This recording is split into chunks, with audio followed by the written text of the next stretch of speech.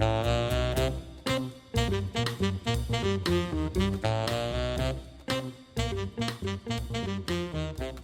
me first start out just so my listeners get to know a little bit who you are. Tell me about like your musical upbringing.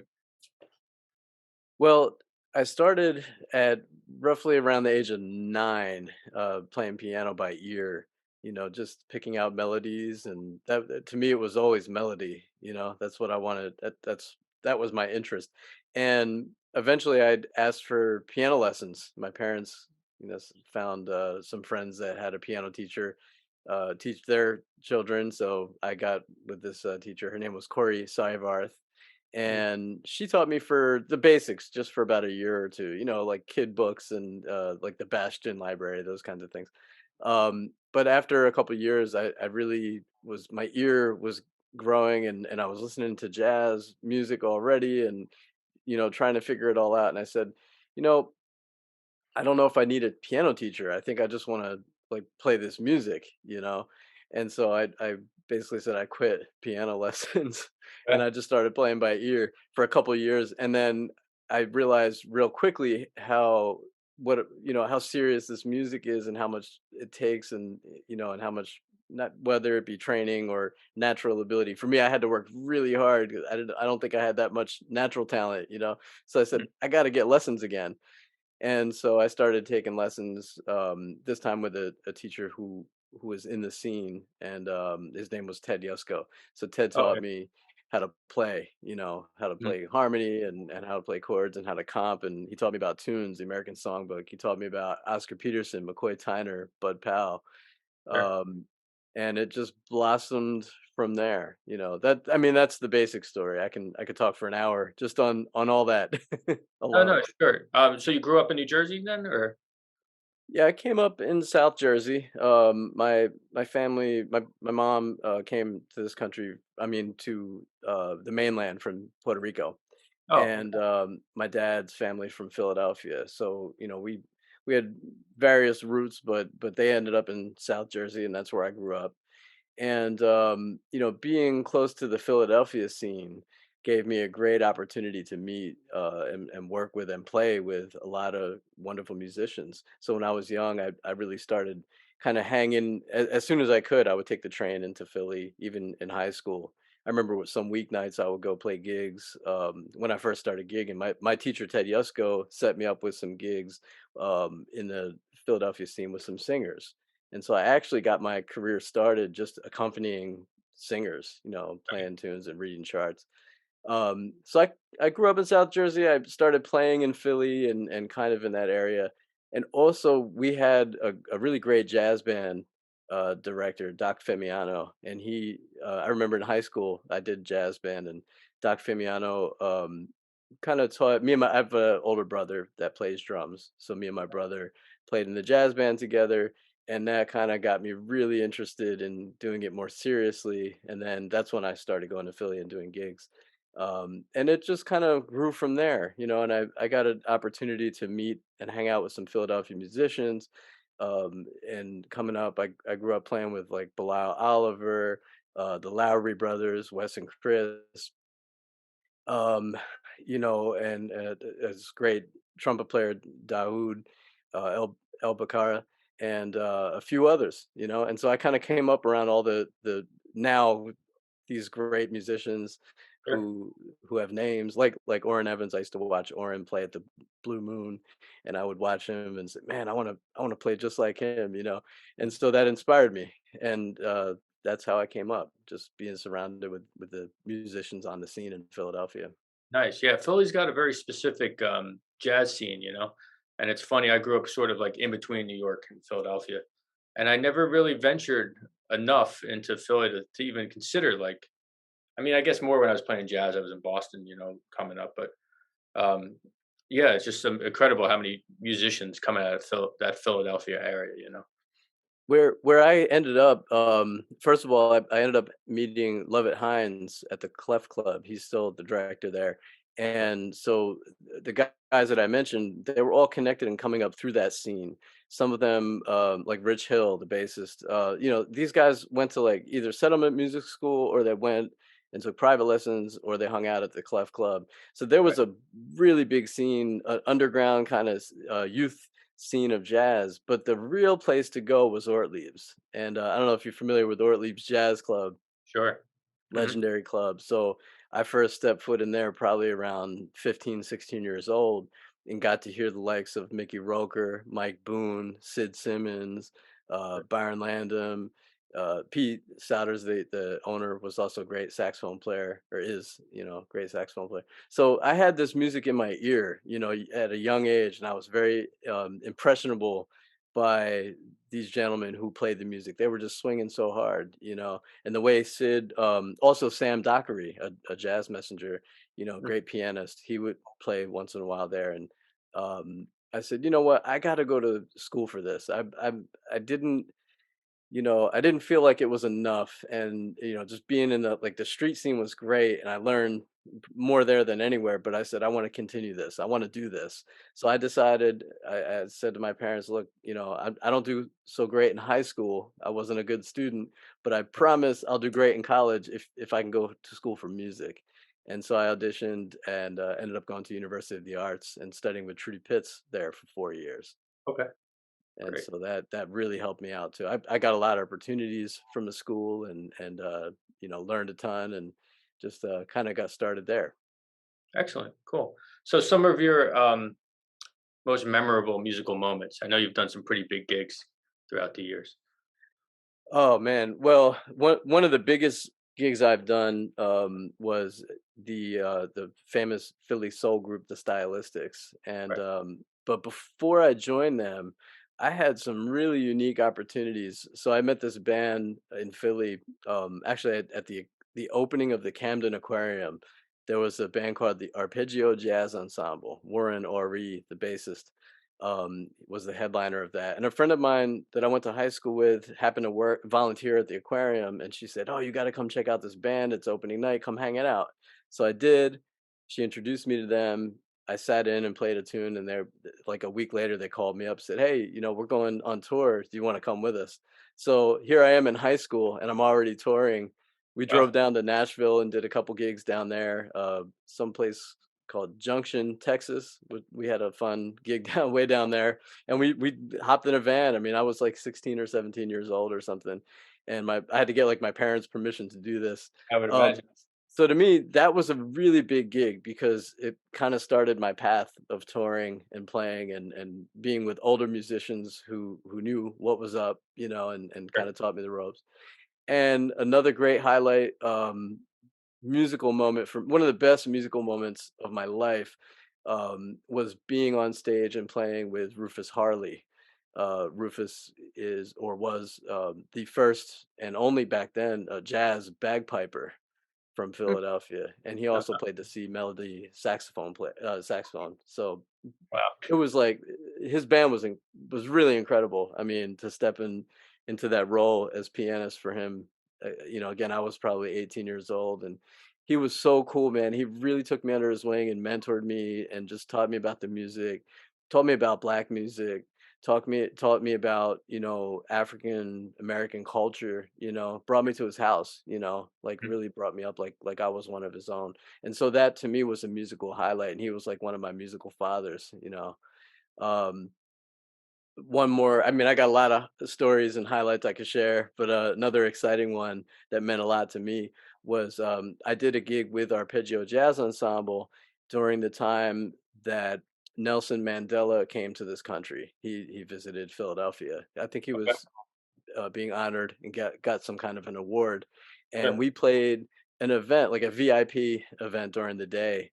And so we're sitting in the VIP kind of area. This was outside. The whole Broad Street was like blocked off, and there was this big stage set up. As far as I recall, this has been 30 years ago or so. Mm. Um, but I'm sitting at the table, hanging with the guys, and Warren looks at me, just smiling, and he kind of taps my shoulder and he goes, "Steve, very slowly, look behind you." And Jay, as far as I am from this screen to you right now, I'm about 3 feet from my screen. I look behind me, and right there is Nelson Mandela, and we all just couldn't believe it. So he was very friendly. He smiled. He said we sounded great, and he shook our hand, and we shook his, and that was that. Short meeting, but it was unbelievable to meet, very important historical figure like that. Yeah, For it's the amazing how fortunate we sometimes are just to be placed within people of greatness because of what we do, even outside of the musical realm. It's incredible some of the gigs we get to play, I think, and then you look to your left or you look to your right, and there's some legendary figure, whether it be like maybe a sports figure or a politician or a Nelson Mandela, perhaps. Exactly. I mean, there's something about music, and I don't know if this is true with all forms of creative of the arts, but there's something about music that just binds us all together. It's universal.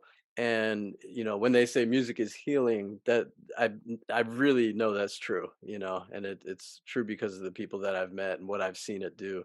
So I'm just blessed to have been a little bit of a part of that, and to have been able to rub elbows with people who are really making the difference in the world. I always just tell people, oh, they say, "Oh, you play piano, you must be famous or something." I said, "No, no, no, I'm just a piano player. That's it. I do my job and I do it well, and I love to play music. But those are the people who are really important, like the Nelson Mandelas, Maya Angelou. I got to work with her once or twice, and the great poet Amira Baraka is Mm, another gentleman I got to do 3 or 4 gigs with.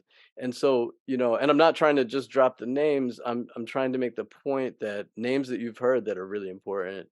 Um, we are all bound together through this music, and I'm humbled, and I'm just really thankful to have had those kind of opportunities. yeah, absolutely. So, what are you working on currently? What kind of projects are you working on? I know you teach. Is it you teach at William Patterson, I I believe, would right? say right now, my that is my most important and passionate project is being a teacher. I taught for many years, Mhm. privately in various studios and different capacities. But Right. now I've been honored, and I was asked to do it, which is really phenomenal. To teach at William Patterson, so I teach class jazz piano, mostly for the non pianists. So I have students there, but I also have like a class situation. So if you're a saxophone player, for instance, it's Mm. really helpful to learn piano. So that's my main role there. And I also teach at Passaic County Community College. I teach music technology and class piano there. So I kind of 2 years ago after the pandemic, I basically didn't know what I was gonna do. We were all kind of in that position, and Mhm. when the college called and offered me the job, I my life changed, and I realized, okay, now here I am of doing after doing this for 30 years. I figured I'm just getting my feet wet, maybe another 30 years, and I'll have something to say as a professor, you know. But no, it's now, and I'm loving it. It's my main passion, my main project right now is teaching at the college, teaching the next generation of musicians. Um, but I'm also a player. I still play, and I do all kinds of different kinds of projects. So I work in the commercial industry. I do composition and production, Okay. and that eats up a good amount of time. And I play jazz gigs. I got a trio, and we work a little bit. Last night we just played a nice show at Shanghai Jazz in Madison, with great bassist Steve Laspina Oh, and sure. young up and coming drummer Alejandro Luna. So I'm still doing the club scene and playing gigs, and just trying to play with good players and meet good people, and just keep this thing going. Great. All right. Cool. So, if people want to check you out, do you have a website that they can go to?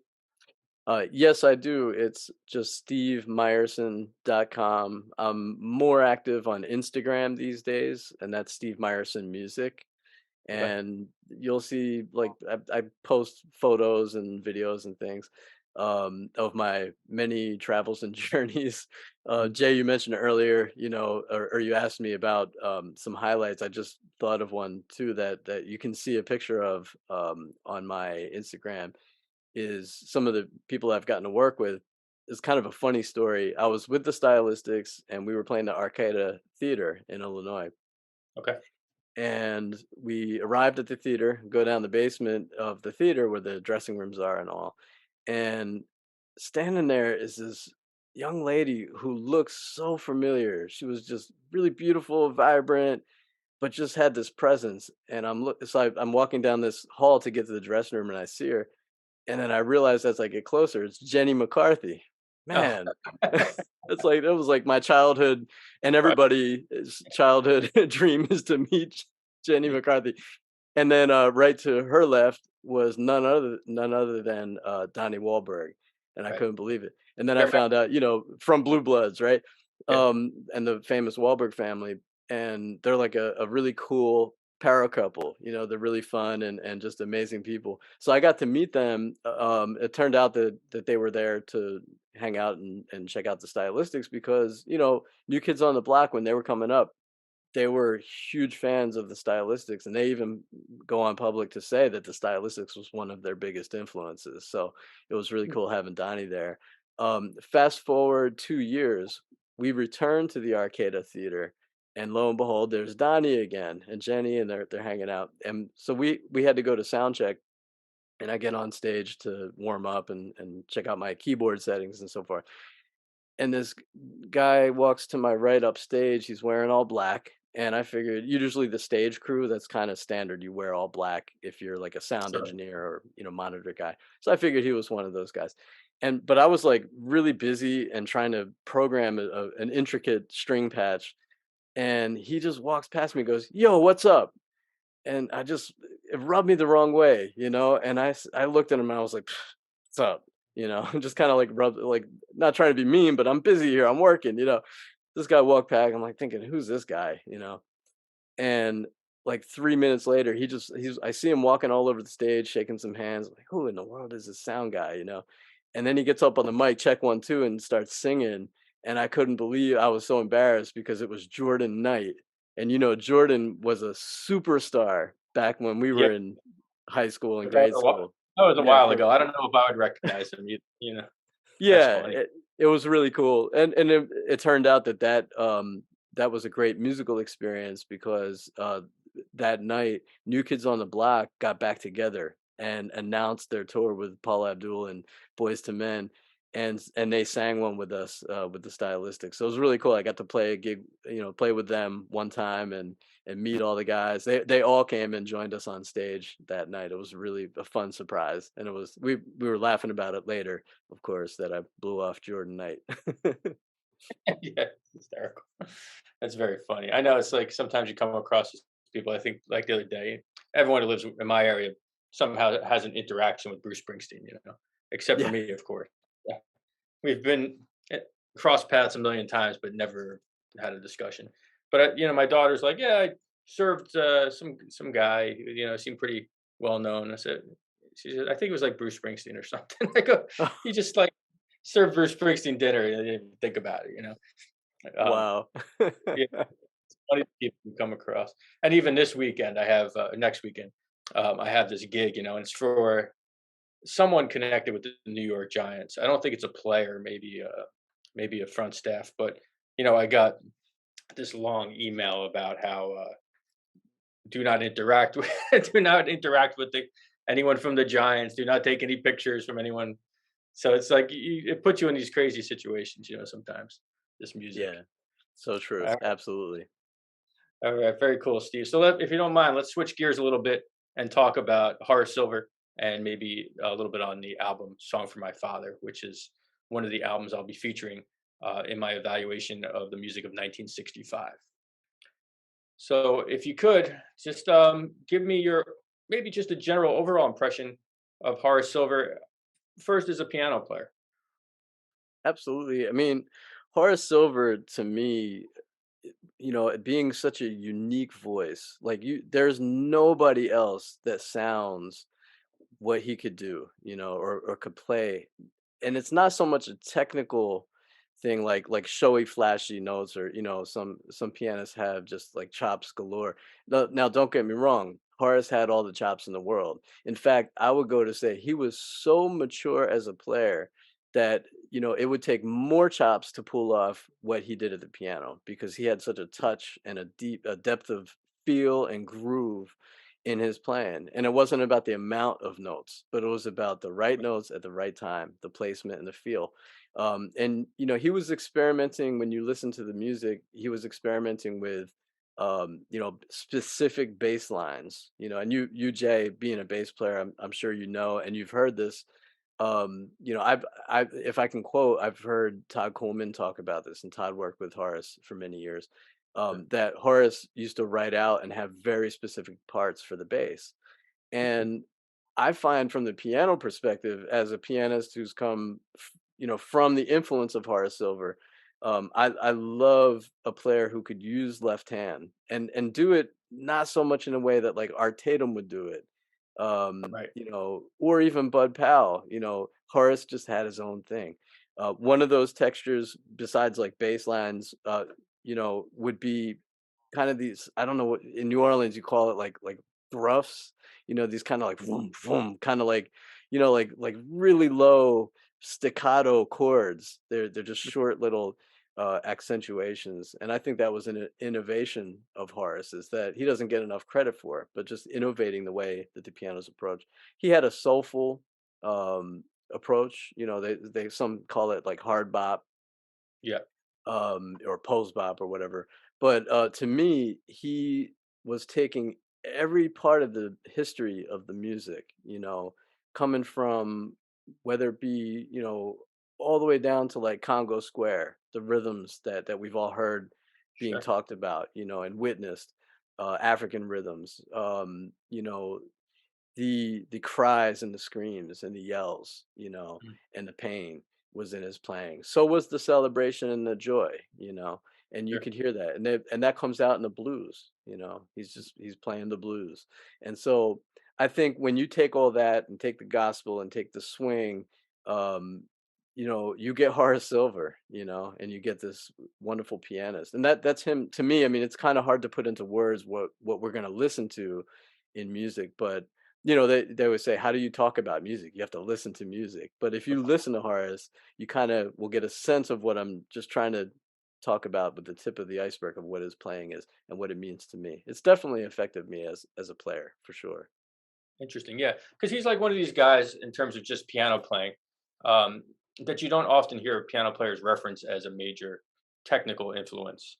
I would say I rarely read about a player who mentions Horace Silver is like the person they maybe tried to emulate. And he came up in like a very specific time. I mean, I guess kind of move that swing and then bebop, and of course he helped to develop that style that some people now call hard bop. But never really fell into the bebop tradition specifically. I never felt, or never really just a consummate like swing player. He had sort of this his own thing, and of course that island influence as well filtered in. Would you agree with that? Absolutely. The island influence, the Caribbean, or like I'm half Puerto Rican, so the salsa music, you Sure. know, um, all of that became part of his language and his influence. And he was checking out everything. He was checking out not just that, he was checking out Indian music, even European music. I mean, Horace Silver absorbed it all. And I've heard him on interviews even talking about that specifically. So yeah, I agree, and I think like for me specifically as a pianist, what I'm attracted to about his piano playing is the melodicism. Because we're in an age right now where access to YouTube and lots of records and so forth. I'm seeing younger players with chops that I can't even dream of playing all this stuff, but yet when it comes to Horace, it kind of like goes over their head a little bit, And to me, this is what we say, me and my buddies when we're talking about certain kinds of music. This is grown people's music, grown Yeah. folks' music. So listening to Horace, you just have to open your ears to receive the melody that he's trying to give us. There's a spirituality to it, I think. And oh, and by the way, I should mention that to your listeners, and maybe there's a jump in the gun because this happened way later in his career, but he was literally into the healing of music. He created an organization about, basically using music. He actually made, I think, 4 recordings that you can't find anywhere Hmm. of healing music, and like he was into the metaphysical side of music. So, that's a lot of people don't know about that, but, Wasn't yeah, he started his own record label and made I believe it was 4 metaphysical albums that he used to sell to like hospitals, seniors folks home, and he would go around giving concerts just to try to use music to heal. And he actually wrote songs and created chants and kind of like you know, what do you call it, island music, like like Caribbean rhythms, that were very much like into that meditative kind of state, or the hope was to get people to use that meditation, to try to kind of heal their minds while they were healing their bodies, and so a lot of people don't know that about Horace. Yeah, that's pretty remarkable. I think it was Stanley Jordan. I ran into him at a Oh jam, wow. and he was talking about playing in hospitals, and there was a discovery, or a certain physicians or surgeons had decided that it would be better to use less anesthesia, and that there was enough healing power within the music that it worked. And he would actually, if and I may have this wrong, but I think he mentioned that he was actually playing in the operating room as people were being worked on, which, Whoa, that's so, incredible. yeah, so That's going back to that healing power of music, which you mentioned earlier, when we were talking about your upbringing and stuff. It's pretty crazy, right? Yeah, there's something to it, no doubt. I think we're just scratching we as humanity, we're just scratching the surface of what our brains are capable of. And you definitely hear about hypnosis being a tool for healing for people who have chronic pain. Right. But I think music has a similar effect, I really do. And listening to Horace's music, sometimes as a fan of the music, I just turn it on and I just kind of zone out sometimes if I'm having a bad day or whatever it might be. Even if I'm not feeling well, I turn on music and it's like all of a sudden, I just started getting into singing. I'm not much of a singer, but I love to sing. Right. And I took some lessons about, using your like breathing techniques, and I could tell you firsthand how much singing has helped heal my body when I've been sick, where I just start breathing and it's like my allergies start going away. You start singing certain melodies and your body just says, I don't have time to get sick right now. I got Right. to sing or I got to play. So Yeah, there's something to it for sure. that's amazing. So yeah, so to bring it back to Horace Silver, and I think this is probably true of any musician. I feel like a lot of the people he played with before, he became sort of a solo artist, if you will.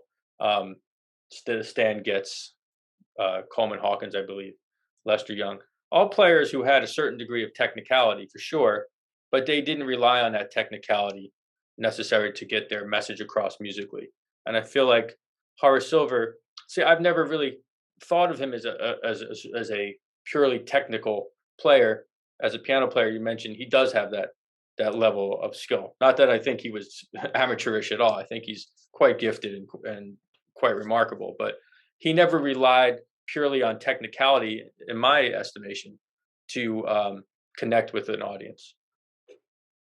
Yeah, I think that's true. But like, I'll give you one example. There's a tune he wrote called Room 608, Sure.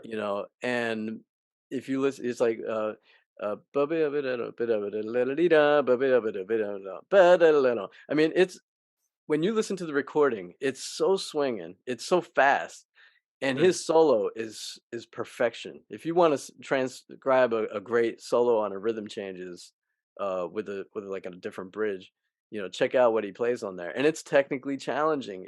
He's one of those guys that to me is very deceptive technical. So you listen to it at first, you're like, oh, I can do that, right.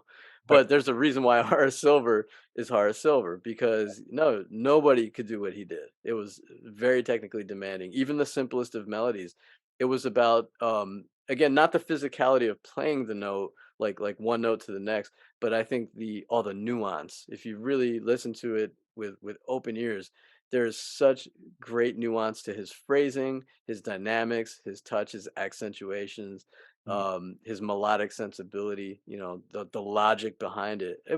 I mean, I go on and on about how it is technical, but yet perfectly melded with that spirituality too. So I think it's a little bit of both.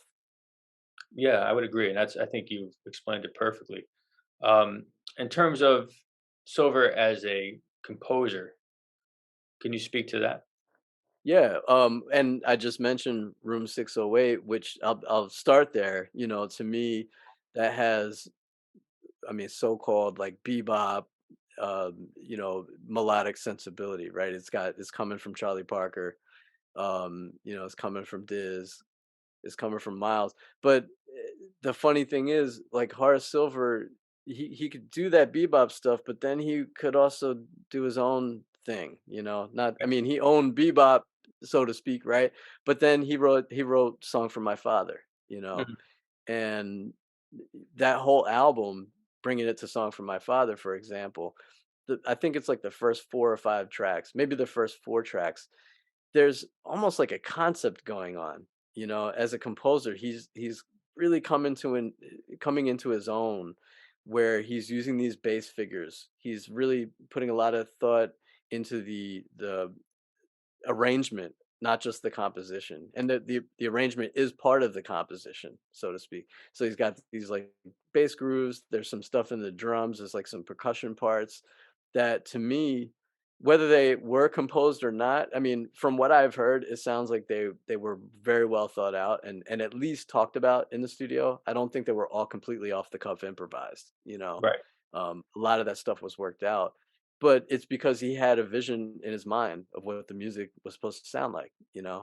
And so as a composer, that would be what I noticed the most, is that there's vision, there's thought, there's purpose. And Horace Silver, everything he wrote had some kind of just grand. I mean, I don't know how else to describe it, but it's very personal to him. It was a grand vision, and he was able. I mean, think about that too. He was able to put the bands together, the right musicians, for his vision. To help bring that together too. So that's a big part. So it's all encompassing. It took him writing the music, and it took him listening to all kinds of world music that he I know that he was into, and being open enough to receive all that and be inspired by that, and then to write a tune like, a song for my father. Or there's another one on there called "Que Pasa" that I really like. Yeah. And But so yeah. they're a little similar in some ways. The opening, at Right. least. Yeah. No, I agree. And I mean, how many brilliant musicians have come in and out of his group, and he was still sort of able to retain that connectivity, um, to get his musical vision across. Because his music always sounds like horror silver music. I mean, there is a stream throughout, I think, where after the first few measures that this is a horror silver vehicle. Right away. I can tell. What's interesting about that, going back to his playing, right, and Right. and his writing. So I'll speak on both of those at the same time. Just to kind of accentuate what you said, I recognize Horace Silver right away, just like I recognize Ahmad Jamal, because Hmm. there's a certain concept that's only definable by the individual person. It's like, you can try to sound like Ahmad Jamal, but I know it's not Ahmad Jamal. Or you can try to sound like Horace Silver, but I know it's not Horace Silver. There's something very unique and distinct about Horace's voice, as the writer. And that's happened to me time and time again. I can't name a specific song, but things that have come up on the radio or just randomly in my playlist, and I'm not paying attention to it, and I said, "Man, that sounds like Horace Silver," and it is. you Right. know. So there's something to that for sure. He absolutely had his own voice. Yeah, and then the other thing I wanted to speak to, or get your impression on, for me, Horace Silver, just in terms of just like really focusing in on his improvisation, and I think another figure who's kind of like this is John Lewis from like the Modern Jazz Quartet. These Mm. guys were deeply connected with composition, who compose a lot. Which Horace Silver, most of his albums are, particularly like on "Song for My Father," 5 of the 6 tunes are his. He wrote them, the other being Joe Henderson's the kicker, right? But it's almost like his improvisational style is very much like his compositional style. I hear you can almost hear the wheels turning. It's like he a lot of times he'll play these shorter phrases and build upon them, rather than maybe do more of a sheets of sound, maybe type of a concept where he's playing. these longer phrases, getting himself kind of into a situation and having to try to veer off. It almost seems like there's a plan, and I think that has a lot to do with just the fact that he had a composer's mind.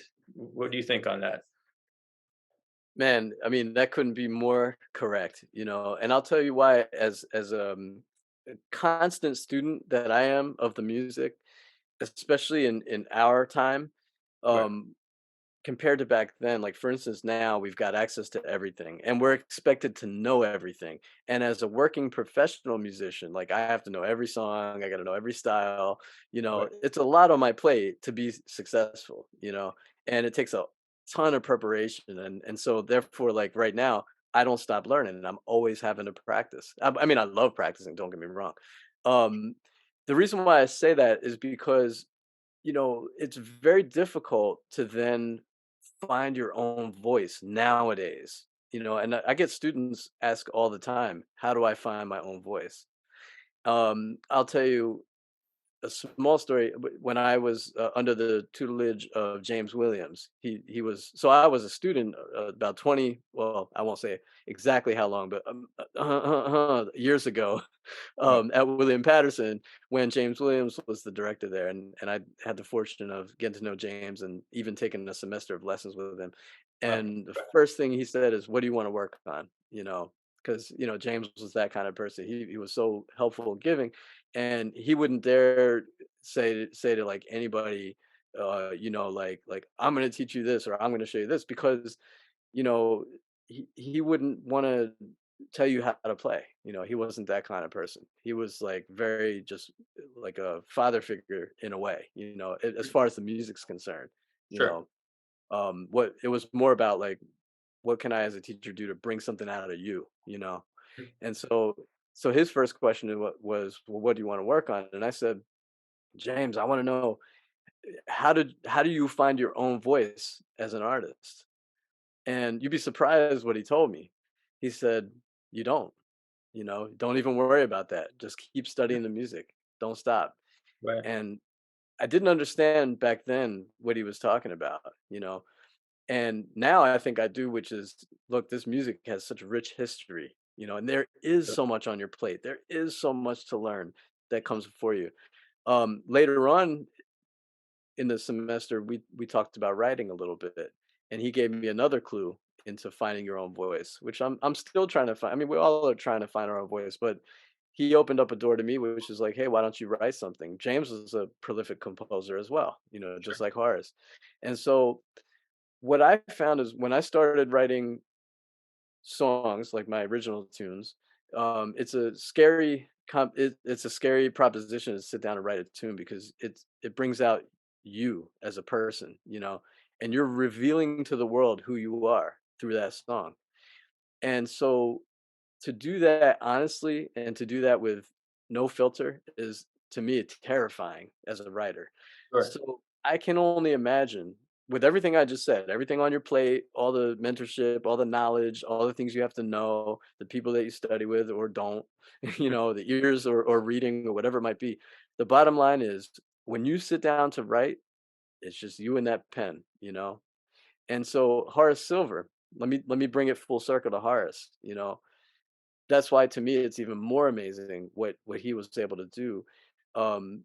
Because, let's see, we're going back how many year about 60 years ago, you sure, know, there was a lot of knowledge, of course, of the music, but minus the 60 years that we've just had. And yet he was able to kind of put all that aside and reveal to the world his true self. And imagine doing that in the 1960s, how challenging that must have been right, for somebody, a black man from Connecticut, mhm, um, to do what he did in the music, to change music, to affect it in such a way through his own original writing.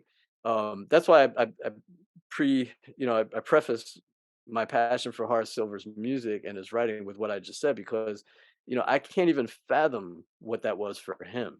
The amount of the feelings that went behind it, to put pen and paper and write the way he wrote. It was so personal, so real, and so prolific that it did change music. So if you could just, and I'm just trying to paint a picture and describe it in such a small way, but Yeah, it's really heavy to talk about Horace as a writer, in my opinion. And that's going from my own experience as a writer and a student of the music, but also just trying to respect and be humble to what he was and what he gave. So I hope I didn't get too wordy on that, but that's kind of my long That's good. roundabout answer to the question. Yeah, yeah. No, I I get it, and I agree. It just one of these figures who made an impact because he was so unique, um, and also connecting with the tradition, which is, I think, what pretty much all of anyone who presents jazz. It's sort of almost a responsibility to not disregard the tradition, but still to try to find your own way of, like, now this music's it's been around since the 1920s, let's say, and developed, um and it's hard to find, like you say, your own individual voice. And I think if you work too hard to try to find it, you almost are forcing it. It's something that almost has to happen organically, and then of course it changes. Look at a guy like John Coltrane. Man, his voice changed dramatically throughout the course of his career. Well, and that's just it. When you write and when you compose music, you're finding your voice organically, and therefore your playing changes. And that I think that's what you were talking about earlier too, is the idea that writing and playing is kind of one and the same. So if you're going to become, I mean, this will be advice to to the students out there who might be listening to this. If you really want to find your own voice and become a great improviser, well, what is improvising? It's composing on the spot. It's the only difference. It happens in real time. But you have to practice. You have to practice just like you practice your instrument. You have to practice writing. And there's a craft to it. And I think that's something to think about too, is, learn the craft. Don't just study how to play 2-5-1 licks all day, and don't just transcribe. Do those things, but do practice composing. I think that would be beneficial to anyone who's interested in being a great improviser, being able to play the music, but also in finding your own artistry. Yeah, no, I would totally agree. Yeah, and then so just the album specifically, "Song for My Father," probably his signature album, I would say. Um, what are your impressions on that particular album? I know you mentioned that you think that there's some sort of a stream that runs from song to song. Yeah, it sounds like it. I think the first 4 songs, you got the song from my father, of course, which we all know, but the natives are restless tonight, Calcutta Cutie, Que Pasa. These songs, there seems to be some kind of a thread, and I found it interesting that when you get to the kicker, there's a change, and I'm sure that was on purpose. I would think, whether it was a producer call or Horace's call to kind of frame the album that way. Now, I wasn't there. I didn't know what order in the studio they recorded all these songs in, or if they even did it on the same day. I don't know Yeah, those no, I details. mean, 3 different sessions, different musicians. Um, so, which is pretty amazing, because there does seem to be this sort of thread in a way, but it was recorded over a course of a year almost. Wow. So there you go. I didn't know that, but it I guess the timeline of when it was recorded, how many bands, how many different musicians, um, isn't as relevant when it comes to the production of the actual album. Because when you put that all together, decisions were still made. Hey, let's put this song here and that song there. You know, and of course, adding at the end the pivotal music changing lonely woman. And I mean that song is just incredible. It's a whole. I think it, to me, "Song for My Father" is what everybody knows, but "Lonely Woman" is, to me, what defined that album Interesting. from my Okay. from my personal ears, just what it does to me emotionally. Right, the only trio track on the whole album. That's right. And if I'm not wrong, I think, yeah, that's the only, so that's was Gene Taylor and Roy Brooks on that one. And if I'm not mistaken, I think that's the only 2. No, no, no, they're on another track as well. But yeah, it's funny because for me, it's almost like that song, as much as I enjoy it, it almost feels like that was almost like we need to add a song to the track to the album, you know, and And I that might have been true. They might have added it in, late. I mean, every song on there was added at some point because of what you said. It was recorded 3 different sessions, different bands. But like I said, when a year came up and it was time to produce this record, is this on Blue Note? Yeah, yeah, this is a Blue Note album, right? yeah, So it was produced, and this was a business decision. And right, so somebody said, I mean, it's to your point, it's quite possible they said, "Hey, we just need one more track," and he said, "Hey, I got this track that I just threw together. Let's try it out." yeah, Um, but but but to it put does that show. song at the end, Yeah, it's you know what I love about it though, because at some points I feel like, and I don't think this is a flaw or even something that's negative. I like it. He can be very uh, forceful in his left hand playing, um, Mhm.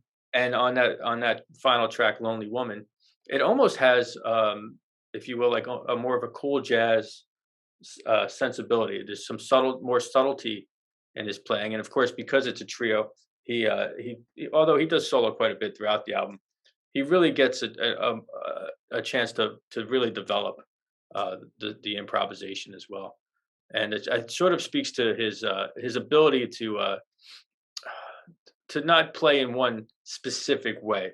Like he was pretty versatile. Absolutely. That's the thing. The versatility is showing on this record, but it also shows through his influences. If you check out, there's a couple of interviews, and for those listeners that are interested, you can actually go on YouTube and just check out Horace Silver interviews, and he's been interviewed several times, and he talks about this. What his influences were, and they're wide, they're varied. He was into good music, of any kind, from anywhere. And it's so funny because you mentioned like cool jazz. There's this whole in the music. There's such a division, right? Because we as consumers of the music, the mass public, they need something to put their finger on. They need to say, "Oh, I want to buy rock and roll," or I want to buy heavy metal," or. But then when you break all those categories down, there's subcategories, right? And there's all like jazz. Well, what is jazz? There's so many different variations of the music. Um, so when you think about all that, where do you put how do you define somebody like Horace Silver, who essentially created this hard bop vibe. But what is hard bop but everything? It's got all kinds of influences, and he talks about that. He talks about, Caribbean music, he talks about Indian music, chant music. I mean, he's just checking all of it out just as so for young musicians too who are just learning and wanting to play this music. Something that always inspired me was never to close my ears off. And I'm sure you're the same, Jay. Like I think we've talked about this. You got to play, especially nowadays. You can't just say I'm going to play this one kind of jazz, or I'm only going to be like a math metal guitarist. Um, because how do you think those guys and gals became so good at what they do? It's because they checked it all out, and the more you listen to and the more you decide for yourself. It's not that you have to like everything, but do listen as much as you can, to as much as you can, all kinds of music. And then from that, I think your ears will start to gravitate towards certain kinds of music, and certain kinds of music will resonate with you. And that's how you can decide, okay, how do I want to write, or how do I want to play? And after listening to interviews of Horace, I could say that's what he was doing. He was Yeah. just listening. And that's I think most musicians do. I mean, God, even my own listening experience just this morning, and a lot of these things are for projects, but I listened to music from Trinidad, Nicki Minaj, Horace Silver, John Coltrane. I mean, that was my listening this morning. It's like That's quite a list. it's right. And what I don't think there's anyone in the world who listened to those four people like today, or those four, styles. It's just but you know what? You have to be open to it. It's not something like, me personally, I wouldn't normally listen to a Nicki Minaj song, but I'm doing this project on the music of Trinidad. She's from Trinidad. So I look for Oh, a wow. connection. And I think one of the traps, and this is very much a marketing tool, but when Like for example, if you look at traditional jazz history books, if you will, Horace Silver, the premier founder or co-founder, along with Art Blakey, of the hard bop style, perhaps the pianist maybe most associated with that style, and that style is a reaction against this more classical based cool jazz, which kind of moved the music away from the African roots, perhaps. And then you listen to a song like we're talking about, like Lonely Woman, and that could easily be fall into perhaps a cool jazz category. So I don't think he was reacting violently against uh, other styles. It's just that he chose to play in this particular style at that particular moment. I agree, 100%. I couldn't have said it better myself, but I did think of an analogy, a little bit of an analogy. If you enjoy martial arts in any way, I like, throughout my life, kind of checked it out a little bit here and there, studied some martial arts. Um, you follow the different variations and genres of fighting, the different sciences behind fighting for smaller individuals. Like Wing Chun was developed by like a female monk, you know, Hmm. and then you pass that up all the way till Bruce Lee, right, who we all know and adore.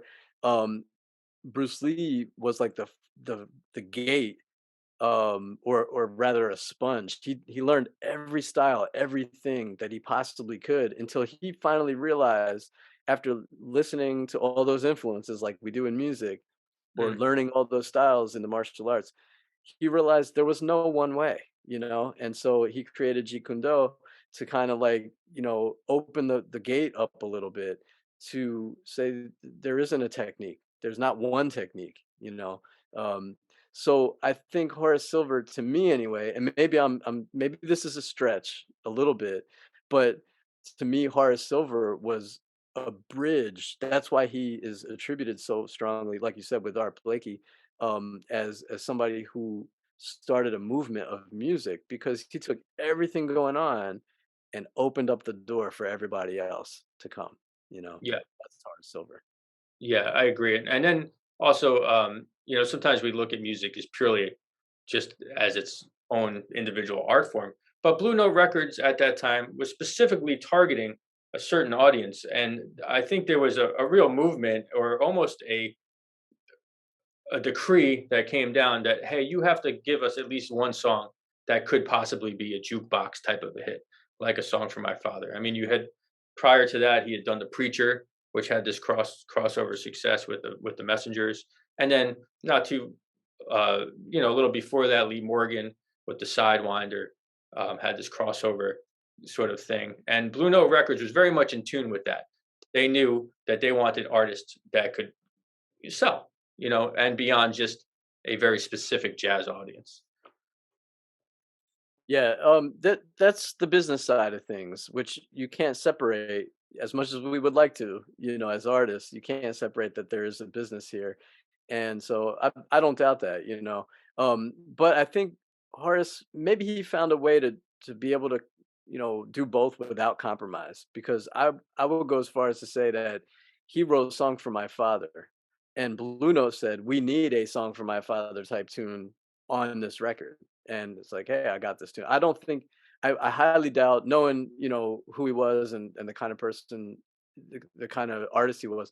Um, I doubt that he wrote "Song for My Father" as a marketing Oh yeah, ploy. I agree. Yeah, So there was no compromise there at all. But you're right on the side of the business. And Blue Note, eventually he left Blue Note, because, and started his own label, because Blue Note stopped going the direction that even he was going in, and they were trying to do something totally different with the label.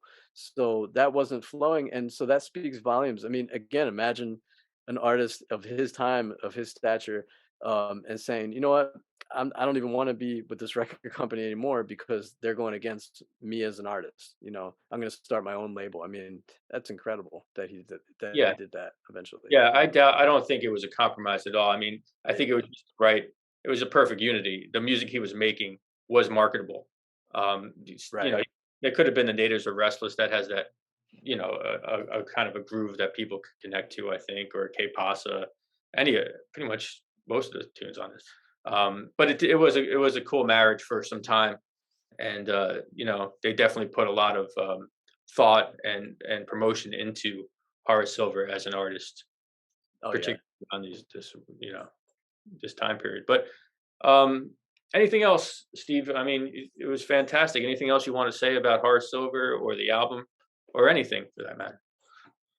Just that, the more I get into my own life and career, and as a pianist and composer, I owe a tremendous amount of debt to what Horace Silver gave us, and I'm forever humbled by that, and I will be. He's always going to be one of my top influences. So I'm just thankful that there is a Horace Silver that we can get on here and talk about. And I would encourage, just to encourage everybody to check it out, and really listen to the music and dive into the man, and dive into the compositions and the life story, because it's fascinating and it's very inspiring.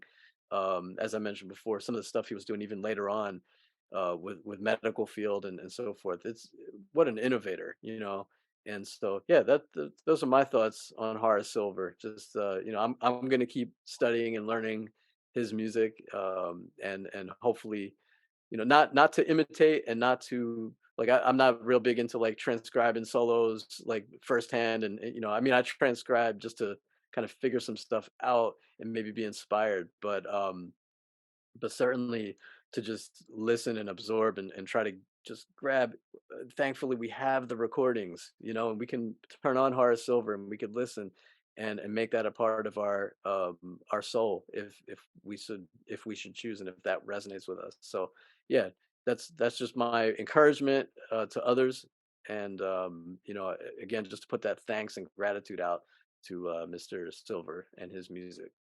Excellent. Well, Steve, thanks for joining me today. I really enjoyed having you. Thanks for having me, Jay. Great podcast. I've listened to all of them so far, and I really love it. So I hope your listeners check it all out. You're All doing right. great work here, man. Nice. I appreciate that. And we'll have you back again, I hope. Love to do it anytime.